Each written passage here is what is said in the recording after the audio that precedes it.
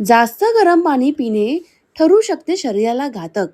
ह्याचे 5 दुष्परिणाम जळू शकतात. मित्रांनो, गरम पाणी पिण्याने वजन कमी होण्यापासून ते त्वचा चांगली राहण्यापर्यंत अनेक फायदे आहेत. ते तुम्ही सगळ्यांनी ऐकलं आहेत. पण तुम्ही प्रमाणापेक्षा जास्त गरम पाणी पीत असाल तर वेळी सावध व्हा. गरम पाणी पिण्याने काय नुकसान होते याबाबत तुम्हाला माहिती आहे का? चला आपण या व्हिडिओतून जाणून घेऊया. आजच्या या लेखातून तुम्हाला समजणार आहे की गरम पाणी जास्त पिल्याने आपल्या शरीरावर कोणते नुकसान होण्याची शक्यता आहे. तर मित्रांनो, आरोग्याची काळजी घेण्यासाठी बऱ्याचदा सकाळी उठल्यानंतर गरम पाणी पिण्याचा सल्ला दिला जातो अथवा दिवसभरात थंड पाणी पिण्यापेक्षा गरम पाणी प्यावे असे सांगितले जाते. घसादुखी, अपचन आणि अशा अनेक समस्यांवर गरम पाणी हा चांगला उपाय आहे. तर थंडीच्या दिवसात अनेकांना गरम पाणी पिणे अधिक चांगले वाटते. मात्र सतत गरम पाणी पित असाल आणि दिवसभर प्रमाणापेक्षा अधिक गरम पाणी पोटात जात असेल तर हे नक्कीच तुमच्या शरीरासाठी त्रासदायक ठरते. गरम पाणी पिण्याचे शरीराला तोटेही होतात. या आपल्या लेखातून आम्ही गरम पाणी पिण्याचे दुष्परिणाम सांगितले आहेत. पहिलं म्हणजे खजिनांचं असंतुलन. तुम्ही जर अधिक काळ जास्त गरम पाणी पित असाल तर खनिजे शरीरामधील खनिजांचे असंतुलित होत असं अभ्यासात सांगण्यात आले आहे. कारण मित्रांनो, जास्त गरम पाणी पिण्यामुळे घाम येतो. त्यामुळे शरीरातील पातळ पदार्थाची कमतरता जाणवू लागते आणि खनिजांचेही असंतुलन झालेले दिसून येते. त्यामुळे तुम्ही पाणी पिताना नेहमी कोमट करून प्यावे. जास्त गरम पण नाही आणि जास्त थंड पण नाही. कोमट पाणी प्यायलेले सगळ्यात चांगलं आहे. दुसरं म्हणजे डिहायड्रेशन. तर मित्रांनो, शरीर हायड्रेट राहण्यासाठी पाणी पिणे अत्यंत गरजेचं आहे.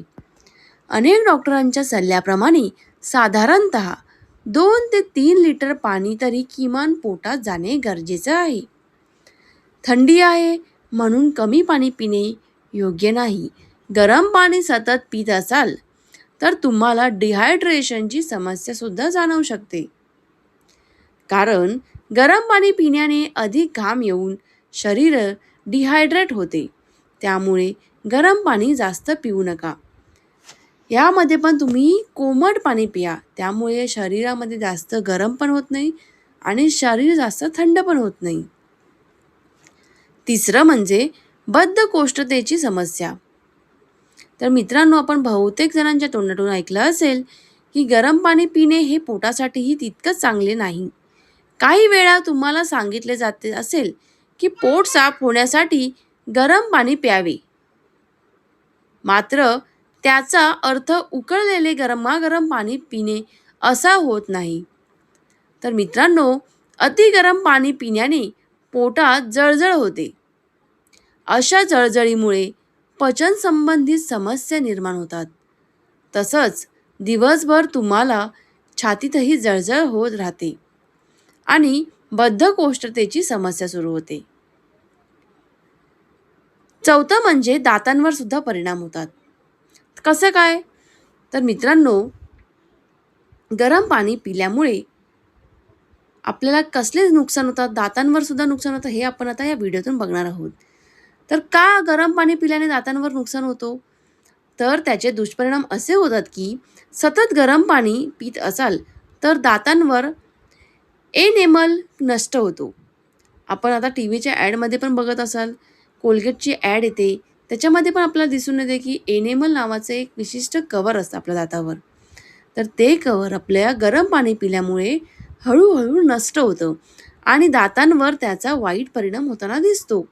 याशिवाय गरम पाण्याने दातांची संवेदनशील वाढते आणि दातांमध्ये कॅव्हिटी निर्माण होण्यास धोकाही जाणवतो.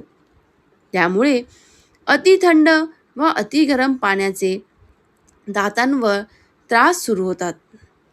5वा त्रास आहे की घशामध्ये जळजळ होते. तर ती कशी काय? तर मित्रांनो, आपण कोरोनामध्ये पण बघितलं, बहुतेक लोक कंटिन्यू गरमागरम पाणी पित होते. का तर कोरोना होऊ नये त्यासाठी. पण त्याच्यामुळे बहुतेक लोकांच्या घशामध्ये जळजळ चालू झालेली. तर काय होतं त्यामुळे अत्याधिक गरम पाणी पिण्याने तोंड, घसा आणि पोटात जळजळ होऊ लागते. त्यामुळे पाणी पिताना ते सामान्य तापमानावर अथवा कोमट करून प्यावे. तुम्हाला अपचन, गॅस अथवा बद्धकोष्ठतेचा सारखा त्रास होत असेल, तर अति गरम पाणी पिणे सहसा टाळावे. यामुळे तुम्हाला अधिक त्रास होऊ शकतो. तर मित्रांनो, आपल्याला ॲसिडिटी, गॅस असे वेगवेगळे आपले वेगवेगळे त्रास आपल्याला होत असतात आणि याचे प्रमाण खूप वाढलं आहे. तर मित्रांनो, आपण नवीन-नवीन काही ना काही बाहेरचं खात असतो. त्याच्यामुळे सुद्धा आपल्याला असे प्रकार जाणवतात. तर त्यासाठी सगळ्यामध्ये उत्तम म्हणजे पाणी गरम करा आणि कोमट करा थोडंसं आणि नंतर प्या. त्यामुळे सगळं आपलं हळू पचनसुद्धा चांगलं होतं आणि शरीराला सुद्धा चांगलं आहे ते. यामुळे एकदम गरम पाणी पिणे टाळा आणि एकदम थंड पाणीसुद्धा पिऊ नका. जास्त सल्ला द्यायचा असेल तर कोमट पाणी शरीरासाठी चांगलं आहे, हे या व्हिडिओतून स्पष्ट होतं.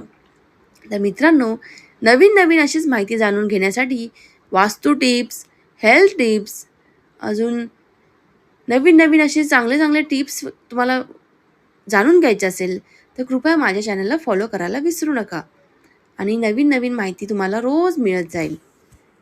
व्हिडिओ आवडला असल्यास माझ्या चॅनलला लाईक करायला विसरू नका आणि कमेंट करून मला नक्की सांगा.